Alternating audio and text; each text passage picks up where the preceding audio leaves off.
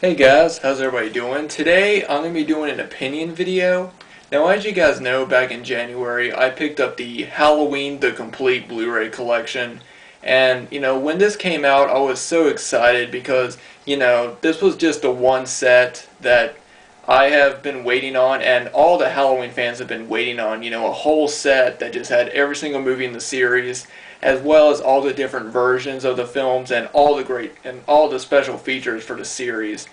And one of the biggest things that I think fans have been waiting on from this set was the producer's cut of Halloween 6, The Curse of Michael Myers. And this was it's never gotten an official release. The first time I heard about the producer's cut was on the 25 Years of Terror documentary. They showed a couple of rough clips from it, and when I first saw that, I was always interested in what the version was about, because I've heard by so many different fans that it's such a better version of the movie. It's a lot better than the theatrical version. It just got so many new things going on, and so of course I was always very intrigued to finally check it out. So when I finally got the set, I've been diving into the set and checking out all the cool features that it has. Well, it's actually taken me a long time, but I actually finally watched the producer's cut of Halloween 6 just a couple nights ago, and I thought that it would be cool to do a video where I talk about my opinion on the on this version. Do I think that it's a better version than the theatrical version? Do I think that the scenes that were added in, or the scenes from this cut, are make the film better or make them worse? So yeah, I'm just gonna give my honest opinion on what I think about the producer's cut. Now, one thing about The Curse of Michael Myers is it's always had sort of a soft spot for me, mainly because it was actually one of the first sequels in the Halloween series that I actually rented. Back in my old movie store, they always had the first film, but they didn't have all the sequels until later. I think that I assume they got more films in over time. So The Curse of Michael Myers was actually one of the only sequels that they had. So of course, I loved the first film, so I wanted to see the other ones. And the only two sequels they had was probably Halloween 3 and then Curse. So I checked out Curse, and I personally really did enjoy the movie the first time I saw it.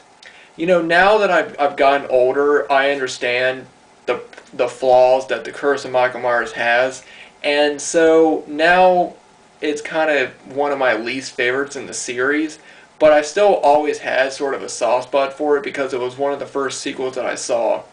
And I did like the cast, and I thought Paul Rudd did a pretty good job. This was the first thing I saw him in before he got big now, and he's in so many great films. When I first saw it, I didn't know who Jamie was, because at that point I hadn't seen Halloween 4, so I didn't know who Jamie Lloyd was. So when she dies at the beginning, it didn't really affect me, I guess, as what other Halloween fans have seen. Now that I know who she is, of course, that scene, is one scene you always remember, and it's probably one of the goriest scenes in The Curse of Michael Myers. But I've sort of always had a soft spot for it. But one thing that I didn't really like about the idea of The Curse of Michael Myers, and it's more prominent in the producer's cut than it is in the theatrical version, but the whole idea of Michael sort of being part of this cult thing, it kind of bothered me. And when I watched The Curse of Michael Myers, I'm not going to give a lot of stuff away on this cut for those of you who have not seen it. I don't want to give it, I don't want to give anything away for those of you who haven't checked it out, but in the opening scene of The Curse of Michael Myers, there are flashbacks. In the producer's cut, there are flashbacks at Halloween 5 when Jamie walks out of the police station. And this isn't really a spoiler. If you've heard the rumors about the producer's cut, then you probably know this by now. Michael was being controlled kind of by this sort of cult in this version. And at the beginning of the movie, she walks out, and you actually see a van there, and two people holding Michael and pulling him into the van. And I didn't really like that idea. In my own opinion, I don't like Michael being controlled by anybody. You know, ever since the original movie, I've always thought of him as a person. You know, I never thought about him as a monster. I never thought about him as a zombie like Jason became in the later sequels. I always thought about Michael as just an evil person that just could not die.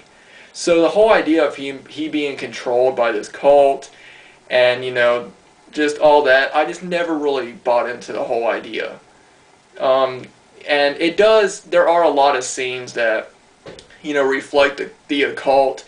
They reflect the symbols and things like that, especially the symbol that Michael has on his arm, which I won't give away. You know, if you've seen the Curse of Michael Myers, it's prominent in that in the theatrical version as well. But in the producer's cut, you know, they get a whole new story about the symbol and of how it's related to Michael. And I will say I don't like the idea of him being controlled by, you know, a cult. But I do like the idea of what the symbol means and why he will not die. I think that that's a kind of a good I think that's kind of a good way of explaining why he won't die. You know, I'm trying not to give too much away, but I like the idea of his symbol and what it represents, and I like of how that's what keeps him alive. You know. But the whole idea of him being controlled, I just do not like that idea at all. You know, I like Michael as just being this independent, you know, he's a monster, and that's it. You know, he's just a killer. And you know, I've always, well, I mean, you know, monster, he's a human, but I've always just liked the idea of him just being this independent killer. Now, there's some death scenes that are different in this version, especially Jamie's death scene. And even though I do like the graphic death that she has in the Curse of Michael Myers, I mean in the theatrical version, I think I like her death a bit better in the producer's cut because it's kind of fast. And then, you know, she pretty much dies. She dies in the same place, in the barn, but it's more subtle, it's more classic to the slasher genre. You know, it's more Michael style. You know, because I think in the later sequels he started using more objects. You know, he used a pitchfork in Part 5. And so I kind of like the idea of him going back to just using a knife. So I did like her death scene. But, you know, still, then there was something that happened. I'm not going to give it away. She doesn't fully die. Michael doesn't fully kill her. She actually ends up in the hospital, and then something else happens to her. And I really didn't like the other thing that happens to her. I'm trying not to spoil anything, but, you know, I didn't like... let's just say it was a death scene that's never happened in any of the Halloween movies. You know, someone dies in a certain way, and I really wasn't a big fan of that. But, you know, I thought that this, in my own opinion, I enjoyed the producer's cut. I thought that the whole extra scenes were really cool to see. I really did enjoy those scenes that were added in. It was really cool to see a different version of a movie that you've been seeing for years, you know. And I know that there's so many Halloween fans that have grown up with these movies and they've seen the producer's cut. You know, for me, you know, this was the first time, so of course I was really intrigued by it. And it did suck me in. I think I found myself being more entertained by the producer's cut over the theatrical version, but to be honest, I don't think I like one more than the other. I think I like them both the same because even though I say the producer's cut has a lot more stuff going on, the theatrical cut, you know, still keeps it.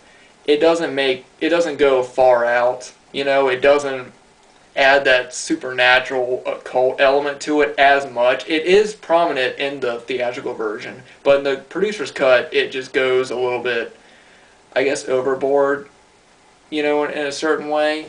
So I still enjoy both cuts of the movie. I think they're both still really great cuts, and if you have not seen the producer's cut, then you definitely have to see it. But it's not really anything like, you know, it really does. It didn't stick out to me as anything better because I've heard by so many fans that it's such a better version. And to be honest, I did not think it was better than the theatrical version. I was a bit disappointed, but I still enjoyed it for what it was. But yeah, I mean, this it's really awesome that Scream Factory finally put out the producer's cut, because it's one version of the movie that everybody's been waiting to see, and Scream Factory and Anchor Bay did an awesome job with this Blu-ray. I think it was cool of how it's never gotten an official release, and the first release it's got is a great Blu-ray release. And there's a lot of really cool special features on it. As well, there's a commentary tracks. One of the best of, or the feature that I watched is called Jamie's Story, and it's an interview with Danielle Harris. And it's basically her explaining why she wasn't in Halloween 6. And if you hear her story, then you really understand why she felt betrayed by it.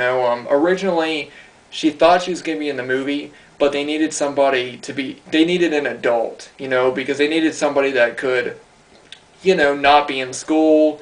They needed somebody that was there to work all the time, and she had school and stuff. So what she did is she got the people that, I assume her manager, she got some people, and they actually paid a certain amount of money. I think it was like $500 or $600 is what she said. It was maybe four. I can't remember how much, but she actually paid an amount of money, and actually went to court just so that she could help it, so she could be in the movie. Which I think is really cool of how, because she wanted to be in Halloween 6 a lot, and they wanted her to be in it, and so she went through like some stuff to actually try and get into it. And then she thought, well, once I get in this movie, I'll make my money back and I'll be in the movie. But something happened. A person that worked on Halloween 6 said that she was like a 1 in 10 character because she died in the first act, and that really pissed her off. She felt that her character was very important to the series, and just to have her get knocked off and not be a part of it, and of how that she didn't feel like that they valued her as much as the other actors, and that's probably the main reason why she decided not to do Halloween 6. And that's it's sad she wasn't in it, but I still think that J.C. Brandy did a good job as Jamie in the beginning. Also, in the original script, there is also a documentary called The Cursed Curse, which is the producers talking about the film. And they actually said that in the original script, Jamie was supposed to live, which I thought would have been really cool to see. To actually see, Jamie live throughout the entire movie, and then she goes with Paul Rudd and the other girl who I cannot remember her name, but she actually was supposed to live, and somehow that idea got abandoned. There's a lot of so many great other special features. There's also a teaser trailer of it. And it's called, the original title was Halloween 666, The Origin of Michael Myers. And the version that's on this Blu-ray is in really, really bad quality. And I think it's funny because I actually have a movie. I don't know what the movie is, but it actually had the teaser for Halloween 6 at the beginning of it. And it was in really, really good quality because it was, the movie came out before Halloween 6, and it was, So I thought it was funny that the teaser trailer's in really bad quality on this Blu-ray, yet there is better qualities of it out there. But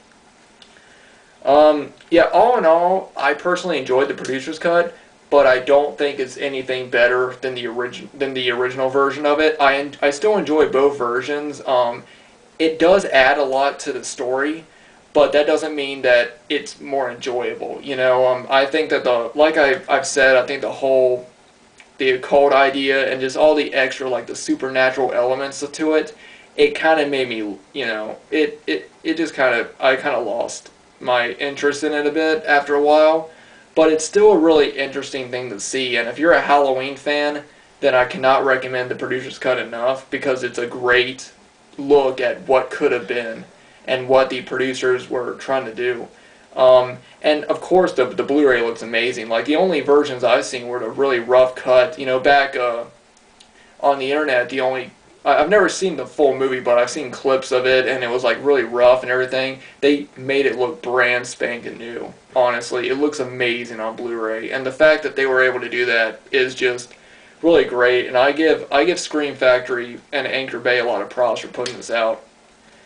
So yeah, guys, that was just sort of my my thoughts on the producer's cut of Halloween 6. If you've seen the producer's cut, definitely let me know what you think about it. Do you prefer it over the original, or do you prefer the original? And do you think that the extra scenes add anything to it, or not? But anyway, guys, I hope you guys enjoyed my video. I'm done rambling. This will probably be the last video I do this week, maybe. But if not, have a good weekend, and I will see you guys next time.